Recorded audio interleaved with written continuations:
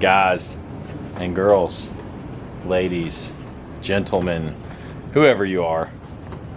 Some time has passed and I took a little break, had a couple personal things I had to take care of, and I'm back. And I've taken a bunch of these breaks, unfortunately. I kind of took a little bit to figure out what I wanted to do with my YouTube channel, and I've been back and forth a lot. I sold the truck, as you guys know. We got the Tesla in the garage, and I actually sold the motorcycle, upgraded that bad boy, and now I've got a Ducati Street Fighter V4. We'll go to the other side here so you can see it a little better.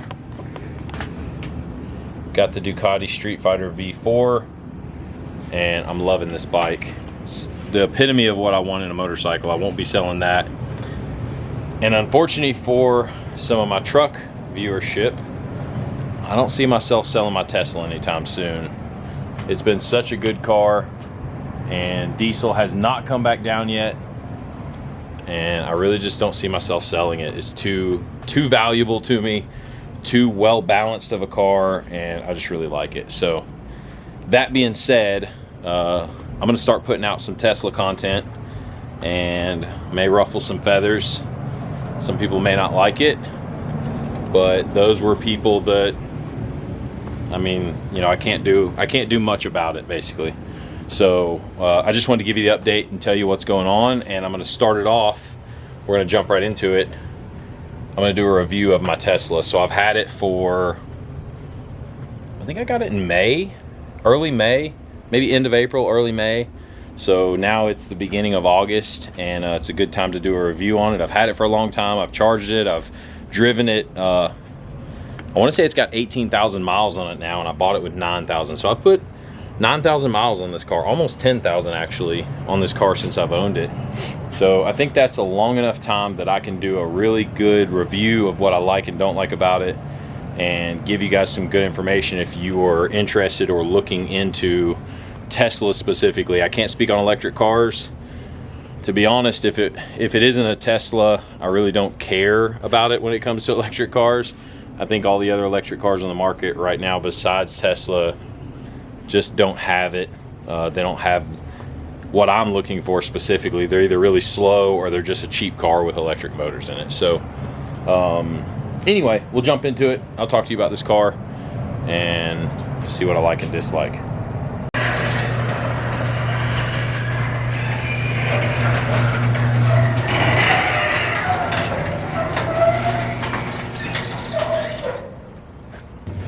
So I will tell you, after about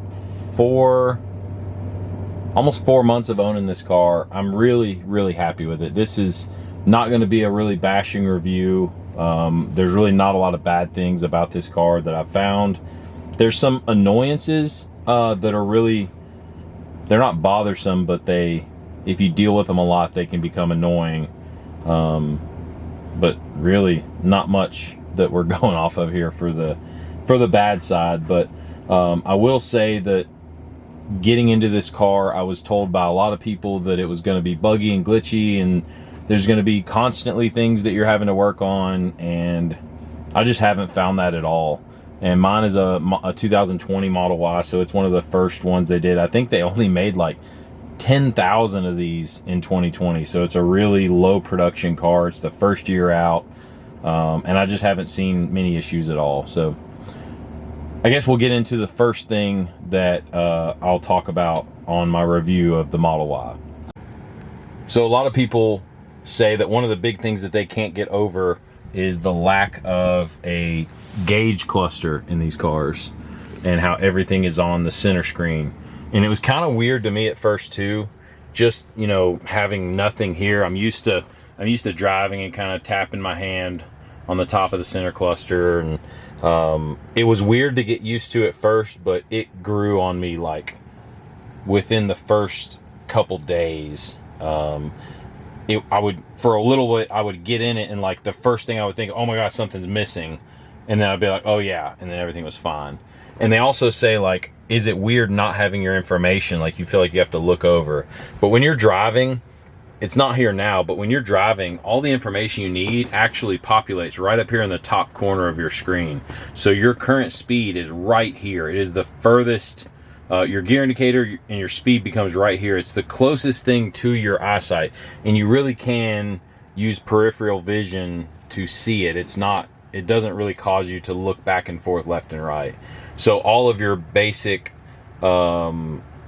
visibility items, things that you're going to need to see, are going to be on this left side of the screen. So it really becomes second nature for you to just, especially the way I drive, I kind of lean towards my center console.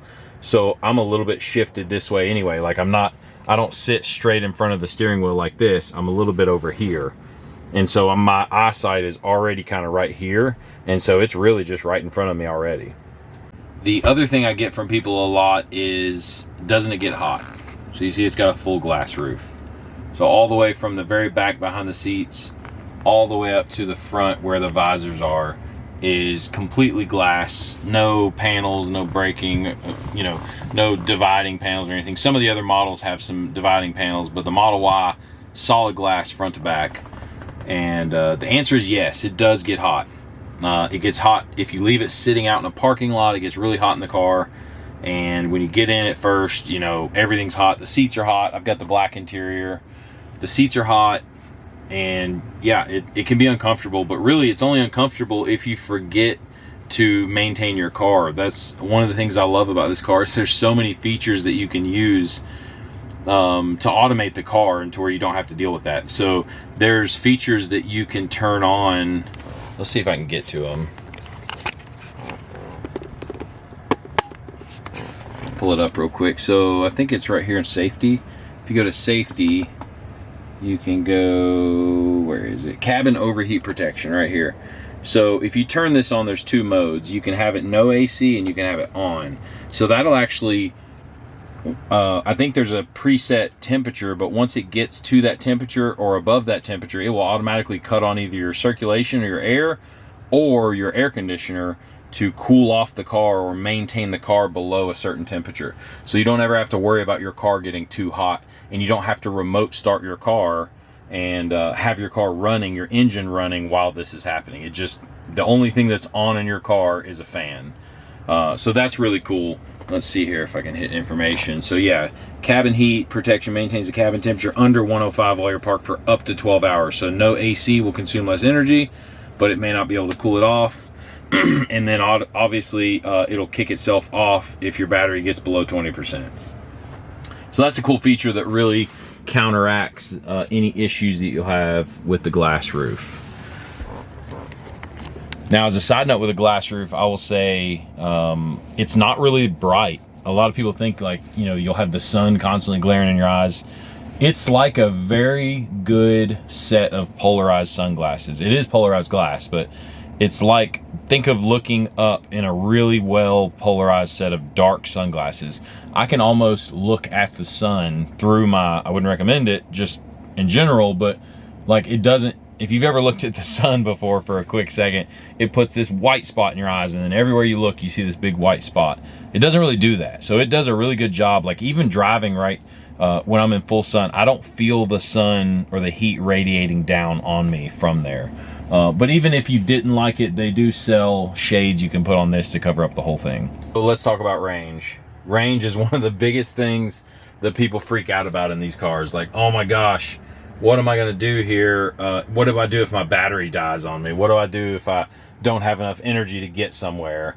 And that's something that is really up and down about these cars from people's perspective. There's a lot of people that have no clue how this works, and they just basically blatantly make false statements like, oh, your battery's gonna die on you, or you better carry a generator around. Well, what's the difference in you running out of gas and me running out of electricity?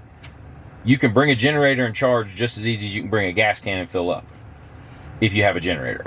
I'll make that disclaimer. If you don't have a generator, yes, it's gonna be difficult. But in all seriousness, who runs out of gas? Like, who is such a poor planner that they can't manage to actively assess a situation and plan accordingly? Like, that person deserves to run out of energy on the side of the road. So I've never even come close to running out of battery power. I've ran it down to about 20 miles remaining, and it does just fine. I mean, you just have to plan your trips accordingly.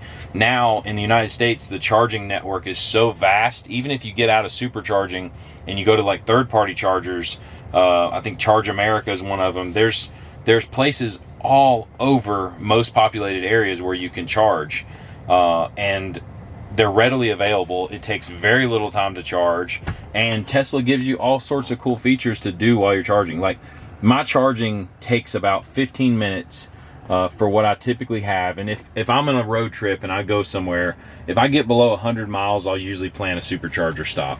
And from around 100 miles up to what I call a full charge, which is somewhere at the, you can see I can set this slider here. And so I can tell it, there you go, I can tell it how much I want to charge. And so I keep it just under the max daily, which ends up being about 250 miles.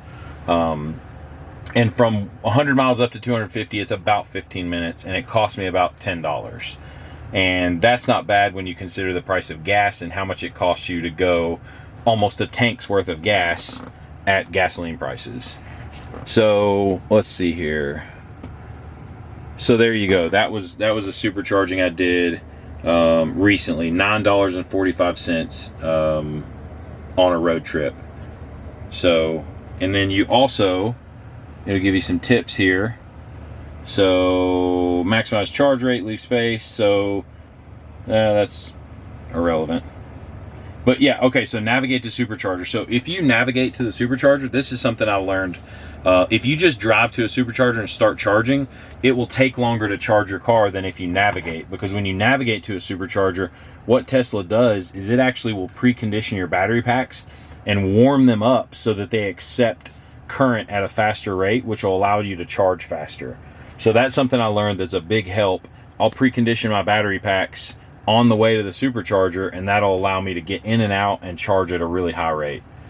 But even if you don't, let's say you have you forget to do it or whatever, and it ends up taking a little bit longer, it'll give you an estimated time remaining and how many miles you're at, what your rate is, how much cost you've incurred already, and that way you can stop it whenever you want. But they give you all these cool services, like let's go to theater. So I can watch Netflix, Hulu, Disney Plus, YouTube, Twitch, TikTok.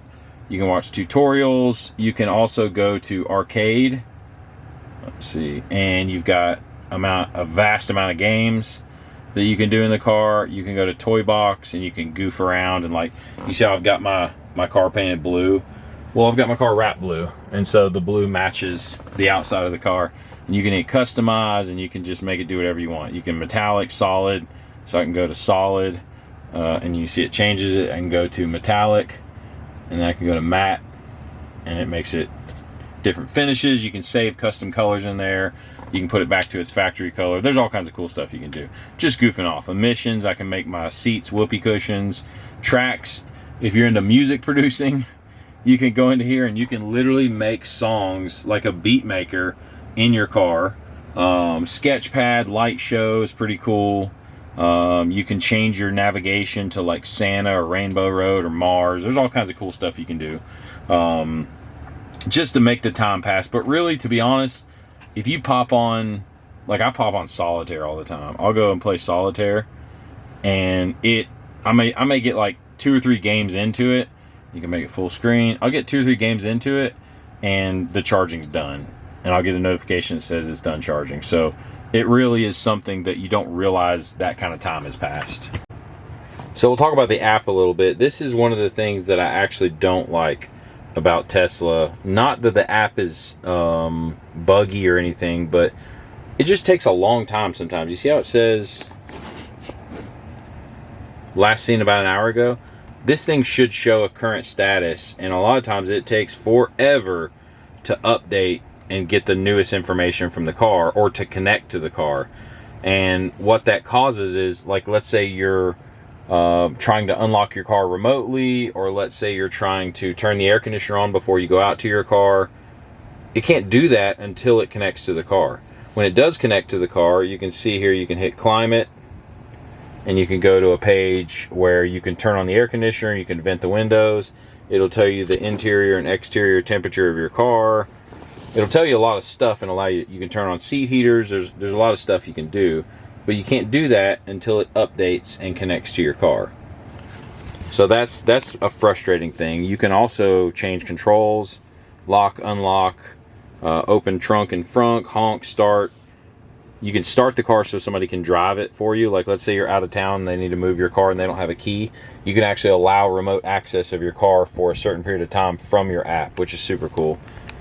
You can also schedule charging. You can view charge stats. This is something I want to talk about right here. So charge stats. This is your charging for the last 30 days. And you can see how many kilowatt hours I've spent. It will show you blue is home charging, red is supercharger, and then the gray is other.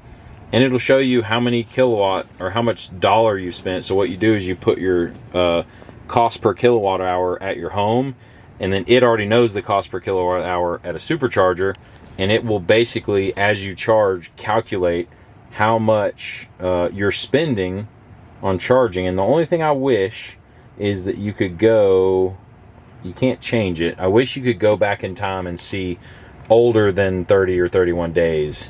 Maybe you can do it on the internet, but you can't do it on your mobile app. If I were to log in my Tesla account, maybe I could do it. But still, you can see $54 in the last month in kilowatt usage. Most of it's at home, and I think that's probably unrealistic, because with me driving a Duramax before this, I'm saving a lot more than $238 in fuel. That's just, I guess, based on average, the national gas average. So really low cost to own and drive this car. And I have put, let's go to trips. Yeah, I've got 17,009. Well, hold on, let's see here.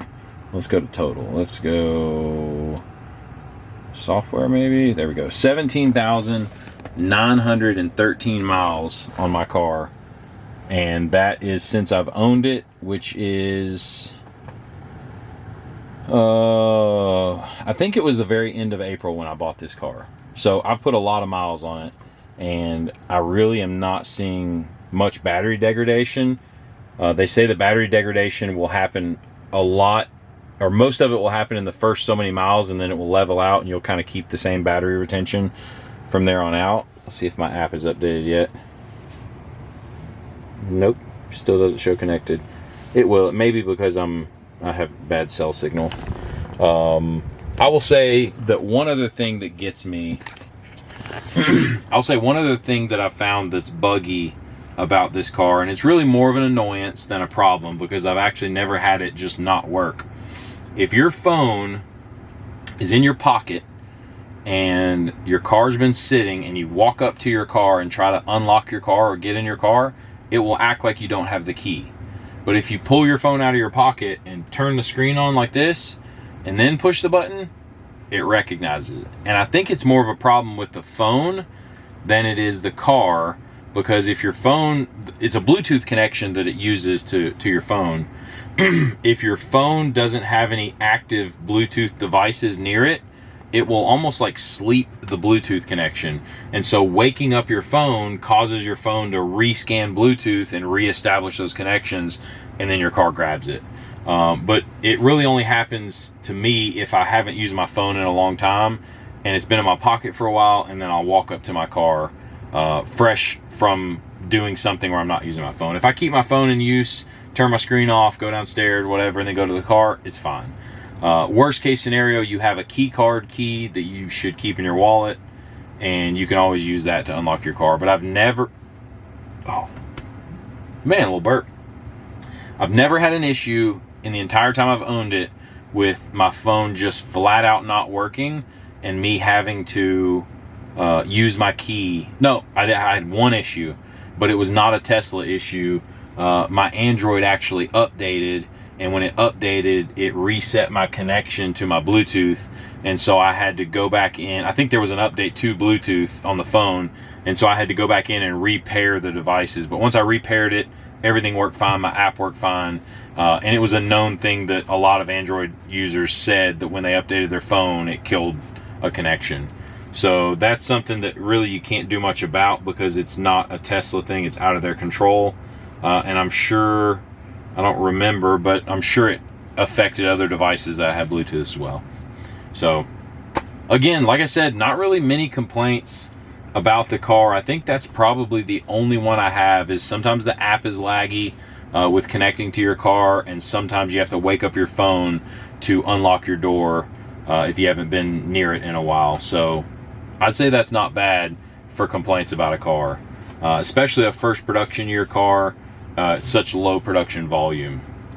So the last thing I want to talk about this car is how much I love driving this car. I'm a car guy. If you follow my channel for any amount of time, you know that I've had plenty of performance cars in the past. I've had C6 Corvette, C7 Corvette. I had a Camaro SS. I had a Camaro ZL1. I've had motorcycles. I've had a lot of fast cars, and I enjoy the thrill of driving a performance-oriented car.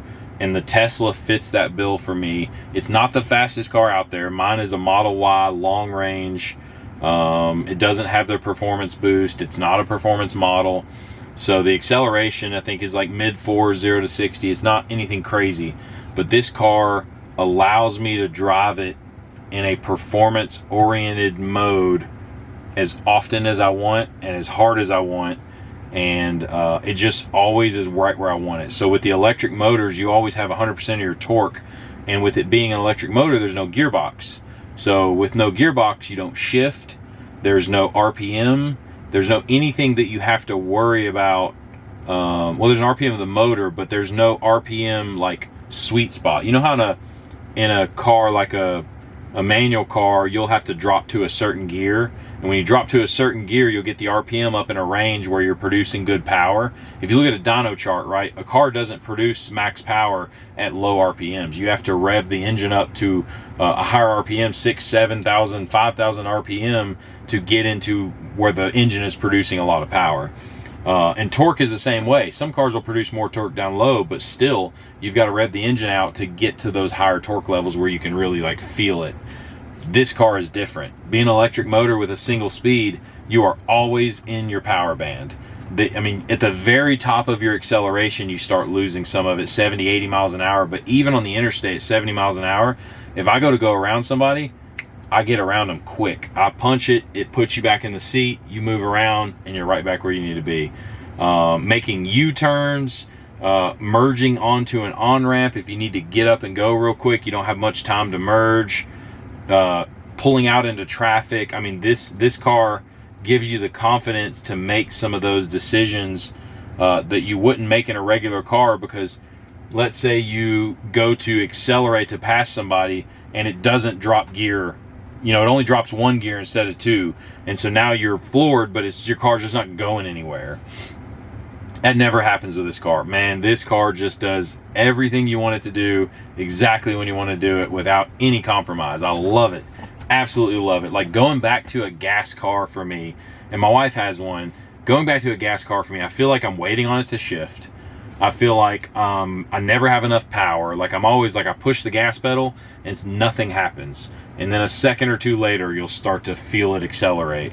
This car spoils you when it comes to instant responsiveness from a car. It's incredible. And if you look, I think it was just recently that the Model Y was named the Model 3 Model Y crossover, that platform between those two cars, because the Model 3 and the Y are kind of the same car.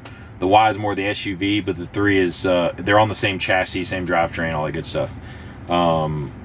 Same interior, like they're almost the same car. They were voted like the best car ever, like the best. I can't remember the exact designation, but it was one of the best selling or the best ranked or the highest rated car ever. It was some crazy designation like that. But I could totally believe it after owning one, because it really is the best car I've ever owned, the best all-around package I've ever owned.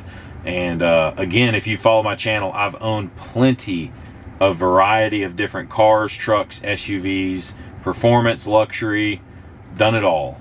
And this thing fits the bill across the board for me.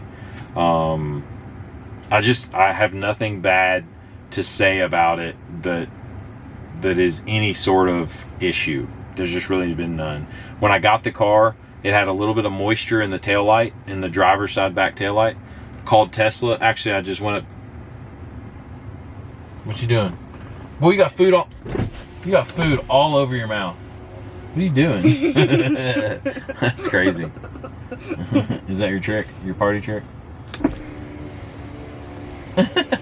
Anyway, when I got this car, it had the issue with the tail light and some moisture condensation buildup in it. I went on my app on my phone and I scheduled a service visit, and I typed in what was going on, and I said, this is what I want. Or not this is what I want. I said, this is what's going on. And they responded back, and I was given a service advisor, and it was like a text conversation. He responded back and said, this is what we think we can do. We have this appointment available. Does this work for you? I said, yep. Scheduled the appointment. The time of the appointment came. They sent me a couple messages saying the tech was on the way. The tech has arrived. Guy got there at my work, pulled out a part, uninstalled my other part, installed the new one, verified it worked, and then he went through my whole car and did like an assessment on it, checked everything for me to make sure everything was right. He did a service, think of it like a service bulletin, a service that they recommended that was performed on it, that was free of charge, didn't cost me anything. I didn't ask him to do it, he just did it. And he even gave me his cell phone number if I had any issues. So really, really great service when it came to that, because you guys have been to dealerships. Service at a dealership is a nightmare. You drop your car off for a week for them to look at it, just to tell you what's wrong with it, if they can fix it. And then on top of that, they don't give you a rental car unless you complain about it and beg, and then they make it seem...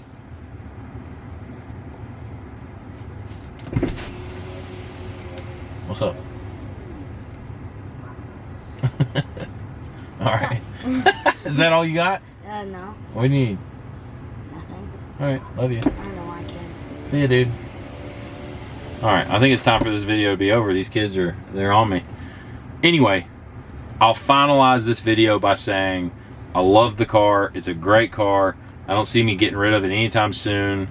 And look out for more content, because I'm going to start making some how-tos and start going into a little more detail on some of the components and features in this car for people that just don't know. Because like me, when I got this car, there was a lot of misinformation that I thought in my head, and driving it and owning it has it's just completely changed my point of view on it. And you know, I'm not a big environmentalist. I didn't get this car to save the planet. I got it because I didn't want to pay for diesel. This was really cheap to drop. My understanding of them, my boss, my old boss had one of them, has one of them still, and he explained to me how much it cost for him to own it and drive it, and it was like, how can I not get one of these? I'll save so much money. And it really has been the case. And on top of that, it's just been an excellent car. So do your research, check them out. Great cars. And thanks for watching. If you guys like this video, be sure and subscribe. I'll put out some more Tesla content. We'll see you guys in the next one.